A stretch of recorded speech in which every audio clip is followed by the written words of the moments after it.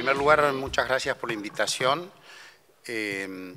Eduardo y yo somos miembros, y él es el presidente por Argentina, de este grupo de países productores del sur, que involucra también a todas las entidades privadas y think tanks de Argentina, Brasil, Uruguay y Paraguay.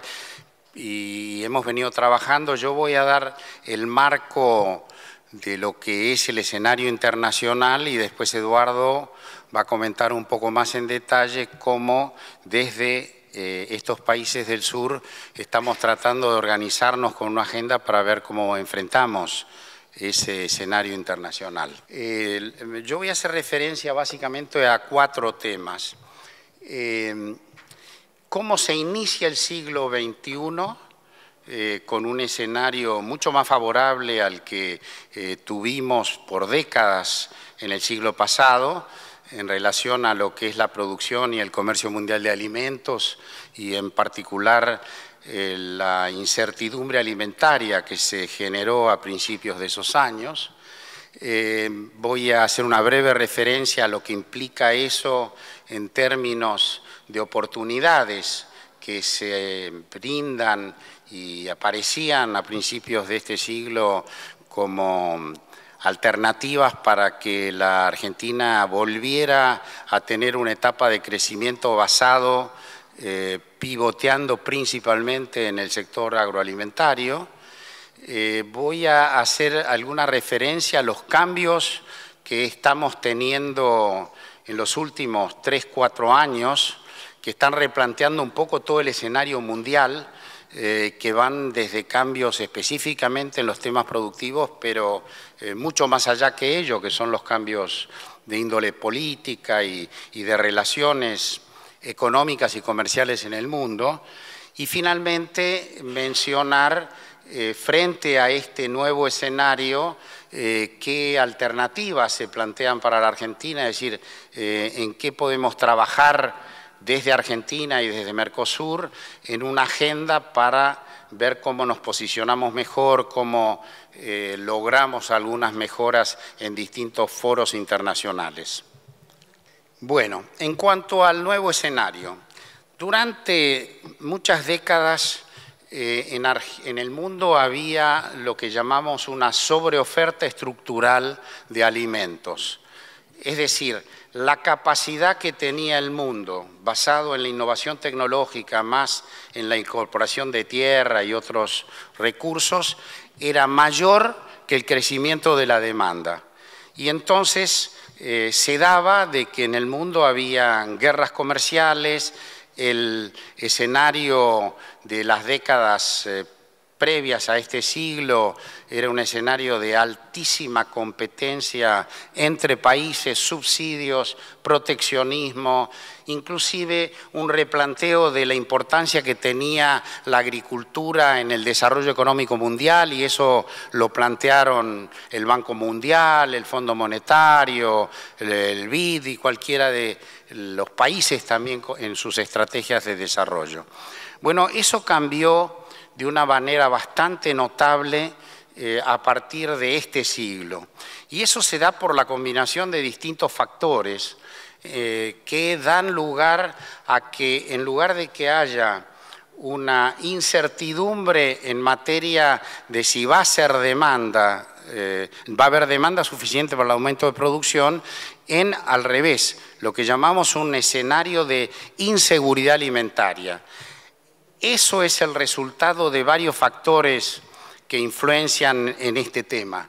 En primer lugar, pensando en la demanda de alimentos, desde ya las últimas décadas pasadas y muy intensamente en estas décadas, hemos visto un crecimiento de una manera notable de economías como la China, como la India, como otros países de Asia, más recientemente de África. Todo eso ha generado un aumento muy sustancial de las clases medias en estos países, y estos aumentos en las clases medias cambian los patrones de consumo, empiezan por procesos de urbanización en algunos países, como puede ser el caso de China, que son urbanizaciones inducidas por el propio gobierno. En China cada 2 años se construye una Argentina, para que tengamos una idea de la magnitud de edificios que hay que construir, para 40 millones de personas cada 2 años. Esto tiene un efecto multiplicador brutal, pero además, desde el punto de vista nuestro, lo que tiene es que en la medida en que los pueblos se urbanizan, cambian los patrones de consumo. Y en lugar de comer maíz, comer arroz en el campo, autoconsumo, empiezan a comer comidas caras, básicamente proteínas, básicamente fast food, y eso implica en términos de uso de los recursos naturales un sistema mucho más caro, por decirlo así, o que utiliza mucho más tierra. Es muy distinta la cantidad de agua que yo necesito, de tierra que yo necesito para consumir 1 kilo de maíz, que para consumir 1 kilo de pollo, y que ni siquiera es 1 kilo porque parte de eso es agua, y el agua que se necesita para hacer ese pollo o las hectáreas que necesito para hacer ese kilo es mucho más que lo que necesitaba para hacer el propio maíz. Pero si quiero cerdo es 3 veces más, y si quiero carne vacuna, a las cuales también se tiende, es 6, 7 veces más. ¿Qué quiere decir eso? Que el mundo está avanzando a un sistema alimentario en el que exigimos recursos naturales que cada vez son más escasos. El más escaso es el agua, porque el agua está compitiendo ya la producción de granos y de alimentos con los consumos humanos. Y en tierra, que también una cosa es producir en 1 hectárea maíz y comerlo, que hacer varias hectáreas para producir carne o cualquiera de los otros productos proteicos. Esto lo que ha ido planteando es que a medida que las clases medias van creciendo, empieza a haber una demanda mucho más grande y una incertidumbre que del lado de la oferta se vaya a poder abastecer todo eso para atender este proceso de urbanización más el crecimiento vegetativo de la población. Pero a esta situación en materia alimentaria se ha agregado también a principios de este siglo las dudas respecto de, en primer lugar, si iba a haber suficiente petróleo y digamos, recursos fósiles, pero más recientemente los problemas del cambio climático. Y eso ha llevado a que a la demanda, que era ya bastante justa en términos de alimentos, oferta y demanda de alimentos, se le agrega una demanda adicional que es la de los biocombustibles. Esto produjo un desequilibrio muy grande entre la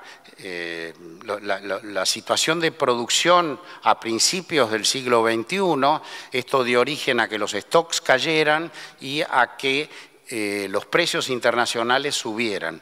De hecho, desde 2002 a 2010 o 2011, prácticamente los precios internacionales de la soja, el maíz, se duplicaron y se triplicaron.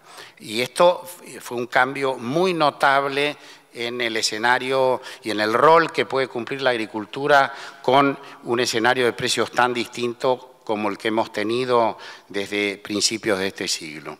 Del lado de la oferta también tenemos problemas. En primer lugar, durante siglos, y yo diría hasta mediados de la década del 50 del siglo pasado, la expansión de la producción agropecuaria se basaba en aumento de recursos naturales. Básicamente agregábamos tierra. Esa tierra se empezó a agotar en los países desarrollados en 1940, 1950, 1960. Y desde ahí empezamos a necesitar la innovación tecnológica como el gran cambio para aumentar la oferta. Ahora, hoy en día, gran parte de los países que son los principales consumidores mundiales, digamos Europa, Estados Unidos y la mayor parte de los países asiáticos, tienen que reducir el área cultivada y tienen que reducir la cantidad de agua que están utilizando. simplemente por el deterioro y la conservación de los recursos naturales. Solo 2 regiones en el mundo tienen sobreoferta y posibilidades de expandir el área cultivada y mucha oferta de agua, que es África, algunas regiones de África, y Sudamérica. De manera que el mundo como conjunto hoy enfrenta la necesidad de reducir la oferta de recursos naturales para la producción agrícola. A eso se agregan otros problemas que tienen que ver con los efectos que hemos visto cada vez de manera más clara de las implicancias que tienen los sistemas de producción y en general la actividad económica en materia de calentamiento global.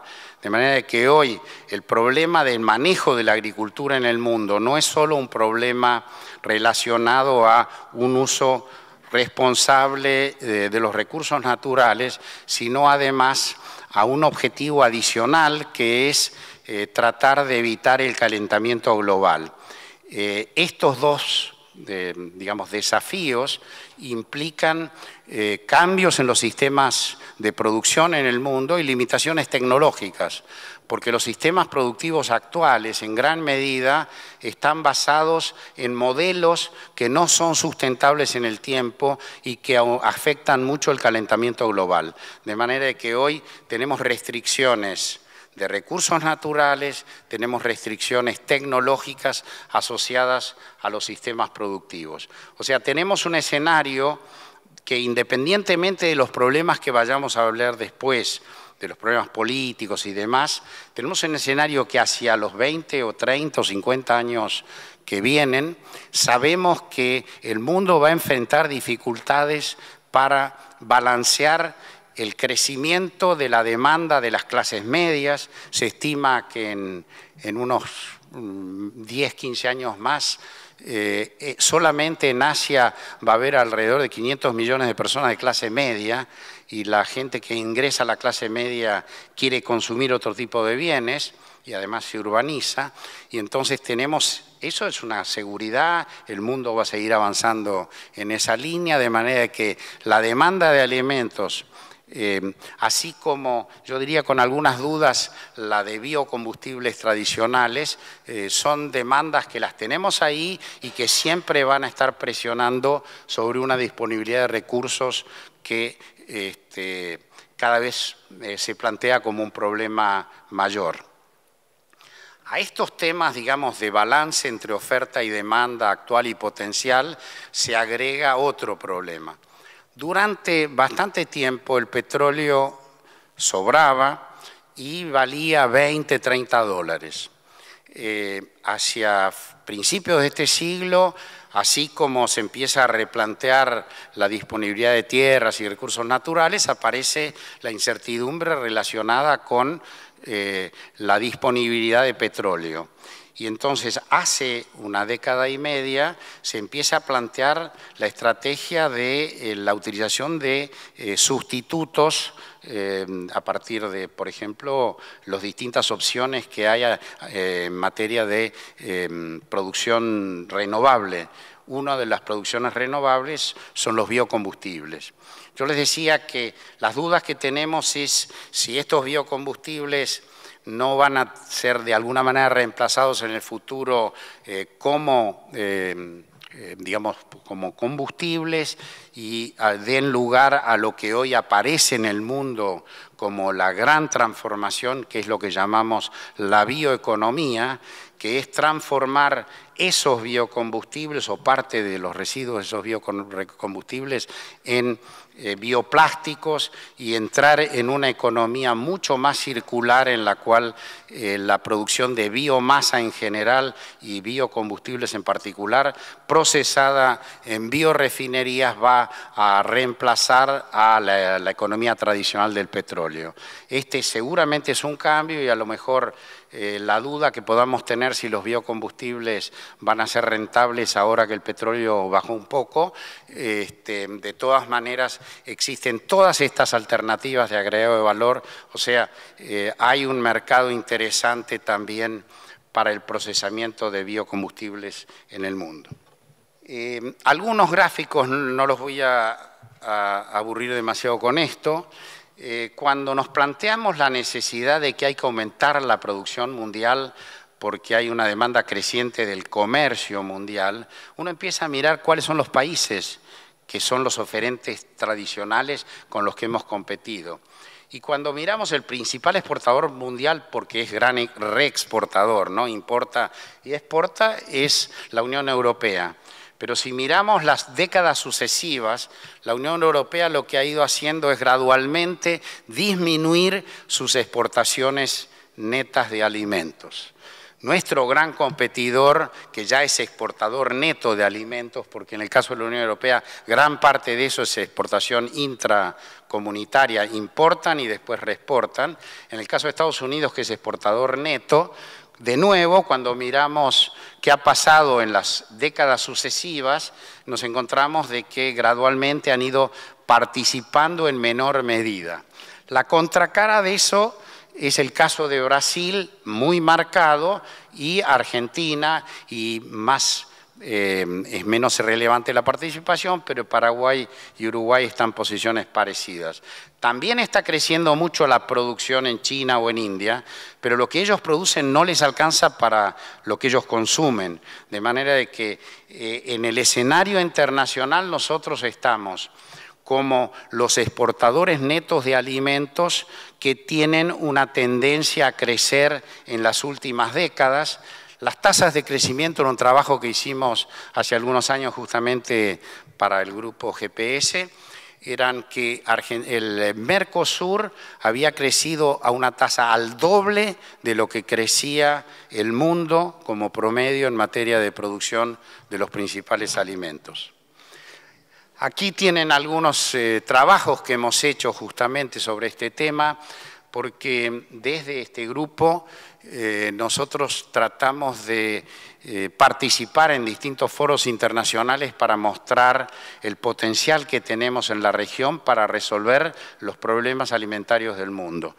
La línea azul lo que marca es lo que la OCDE y la FAO proyectan como tasas de crecimiento que van a tener los principales productos en la próxima década.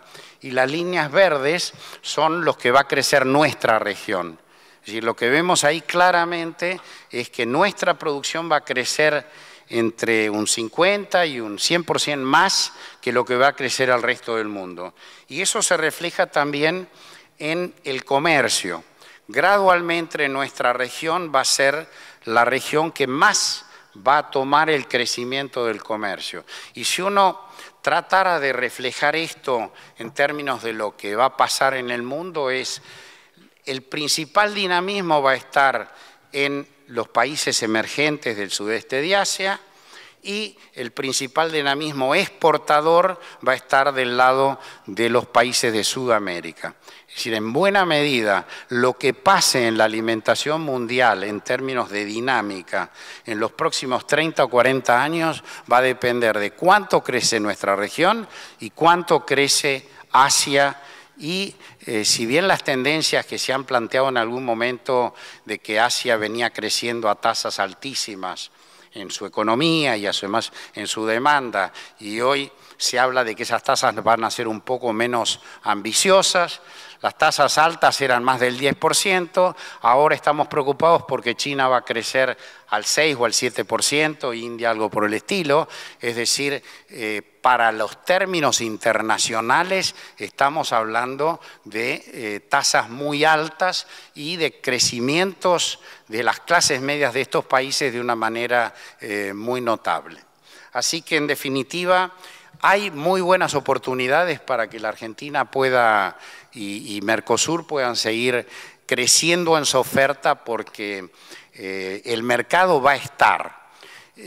Durante mucho tiempo, cuando se justificaron las políticas agrícolas equivocadas de los últimos 70 años de la Argentina, uno de los argumentos era que no había mercado para nuestros productos. Y el otro era lo que se llamaba el deterioro de los términos de intercambio, es decir, la pérdida de valor relativo de los productos agrícolas en relación a los industriales. Bueno, hoy no hay más deterioro de los términos de intercambio, al revés. Los productos agrícolas se valorizaron mucho más que un auto, que una computadora y que cualquiera de los productos industriales, pero además hay mercado. De manera de que si Argentina crece o no crece, va a depender esencialmente de sus capacidades y de la bondad de sus políticas. Así que tenemos acá una enorme oportunidad que nos ofrece el mundo para avanzar en estos temas. Yo acá les he planteado un tema. Las oportunidades están, pero hay una serie de amenazas. Esa serie de amenazas son de distinta índole, pero esas amenazas no aparecían, no habían emergido tan claro en los primeros 15 años de este siglo, pero han sido mucho más marcados, yo diría, en los últimos 4 o 5 años, ¿no? Y especialmente en los últimos 2, que nos están cambiando el escenario internacional. Por un lado, si lo miramos del lado de a dónde va el mundo y que necesitamos resolver los problemas de calentamiento global, está claro que el mundo, así como está planteando la agricultura, no va más. Y que los países que tienen agriculturas más poco correlativas con lo que el mundo exige hoy en materia de cambio climático y de conservación de los recursos son los países europeos y son los países asiáticos. Las agriculturas de Asia y de Europa no son sustentables, no son consistentes con una estrategia de reducir el calentamiento global o de conservación de los recursos naturales. De manera que ellos tienen que replantear sus sistemas productivos. Ahora, mientras tanto, ellos están tratando, especialmente Europa, están tratando de replantear sus esquemas, pero al mismo tiempo ponen barreras para que si ellos entran en sistemas competitivos más caros o en sistemas productivos que puedan ser más caros, nos pongan barreras a los que tenemos más capacidades de generar estos alimentos de una manera mejor, inclusive más amigable con el ambiente, como es el caso típico de Argentina, pero también del Mercosur en general, ¿no? Y esto se está dando de una manera creciente, sin sustentos científicos, y buena parte de estas barreras no las están imponiendo los gobiernos, sino que le están imponiendo los sectores privados de los países, y entonces uno no puede apelar a ninguna negociación internacional porque eso todavía no está regulado en la Organización Mundial del Comercio o alguna otra de las instituciones que manejan estos temas. Por otro lado, precisamente donde se discuten estos temas hoy, que son en la Organización Mundial del Comercio y en algunas otras instituciones, nos encontramos que la prioridad política que le asignan los principales países que en buena medida tienen capacidad de decidir qué va a pasar con la Organización Mundial del Comercio, por ahora la prioridad política es muy baja. Con lo cual, muchas de estas negociaciones que deberían encararse en ámbitos como la Organización Mundial del Comercio no se están encarando porque se están postergando todas las discusiones sustantivas en estos temas. Pero además de esta falta de progreso en los temas específicos de negociaciones, lo que hemos tenido en los últimos años son escenarios políticos que son muy disruptivos y que están cambiando las reglas de juego y el balance de poder en el mundo, inclusive que nos generan muchas incertidumbres de hacia dónde va a ir el mundo y por lo tanto dónde debe posicionarse Argentina y dónde debe posicionarse el Mercosur en todos estos temas, ¿no? Yo creo que ahí tenemos un primer gran tema que es China y su liderazgo político y comercial. China, antes de entrar en la Organización Mundial del Comercio en los años 2000, prácticamente no tenía ningún planteo de tratar de liderar buena parte de las reglas de juego del comercio mundial. Por ejemplo, en los años 2000 prácticamente no habían firmado ningún tratado de libre comercio. China y buena parte de Asia en los últimos 10, 15 años, han iniciado un proceso de integración comercial que ha avanzado en cientos de acuerdos de cooperación y más de 50 tratados de libre comercio del Asia, pero además con Oceanía y últimamente de América, con la parte de Asia de América del Pacífico.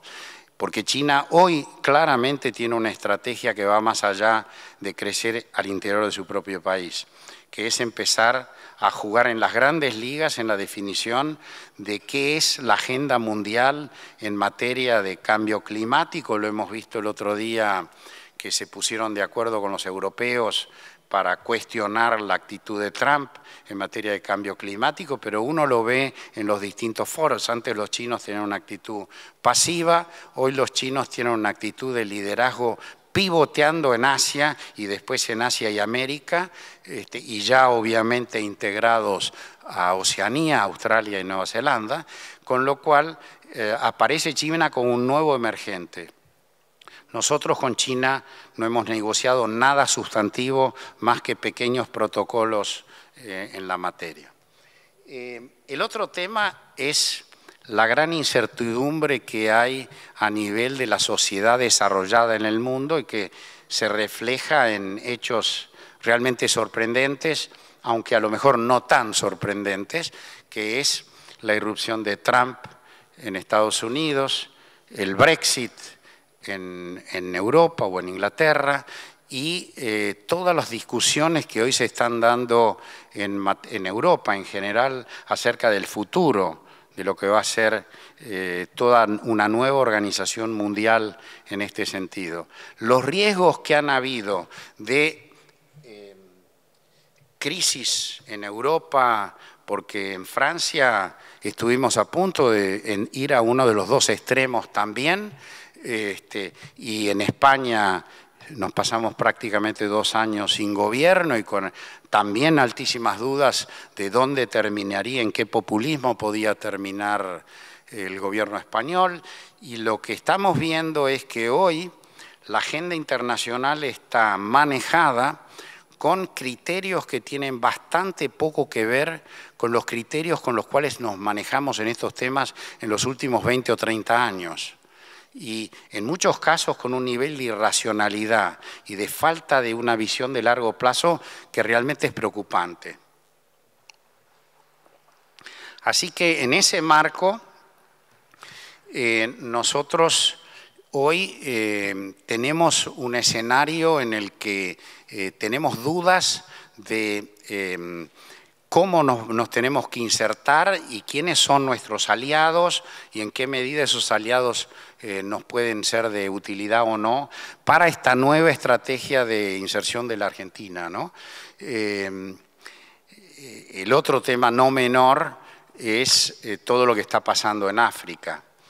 A mí, por circunstancias particulares, que soy director de una fundación francesa que hacemos proyectos de desarrollo en el África en desarrollo, me toca viajar seguido y la mitad de los países con los cuales teníamos proyectos hoy tienen revoluciones o ataques sistemáticos de las organizaciones guerrilleras, con lo cual África también es otra gran incertidumbre, porque por un lado tenemos muy buenas oportunidades comerciales, hay buenas oportunidades de trabajo, pero al mismo tiempo tenemos una gran incertidumbre que va a pasar en África y en Medio Oriente. En síntesis, nosotros hoy estuvimos aislados del mundo durante los últimos 12 o 13 años de una manera lamentable para la Argentina, porque fueron los años en que había oportunidades para crecer y esas oportunidades las aprovecharon muy bien Uruguay, Brasil, Chile, México, Perú, Colombia. Nosotros nos quedamos afuera. Hoy que decidimos tratar de insertarnos en el mundo es un mundo mucho más complejo, mucho más incierto.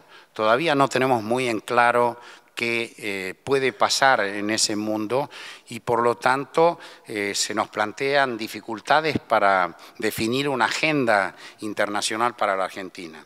De todas maneras, a mí me parece que si tenemos que definir de alguna manera cuál debe ser la posición de Argentina y de Mercosur en estos temas, creo que debe dejar de ser reactiva y tienen que empezar a ser una agenda proactiva.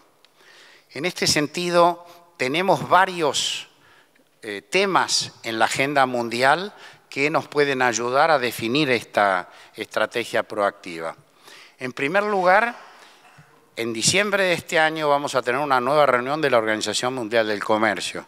Como yo les mencionaba, hay una cantidad de temas que se han venido postergando que serían alternativas para limitar todo el comercio desleal, para darnos oportunidades para acceder mejor a los mercados internacionales, pero además para empezar a discutir temas como estas barreras privadas y estas reglas de juego no científicas con que se están limitando o se están generando amenazas para nuestras exportaciones de alimentos. Ahí estamos preparando una agenda y viendo en qué medida podemos trabajar con los países de la región para tratar de ver si logramos algo en la OMC, aprovechando que somos los que organizamos la reunión este año. De todas maneras, la realidad de las últimas reuniones sobre este tema es que no se han hecho grandes progresos. La última reunión que yo fui el negociador fue la de la Ronda Uruguay. En la Ronda Uruguay, en el año 94, decidimos que en el año 96 íbamos a acordar una metodología y en el 98 íbamos a tener nuevas reglas de juego. 98.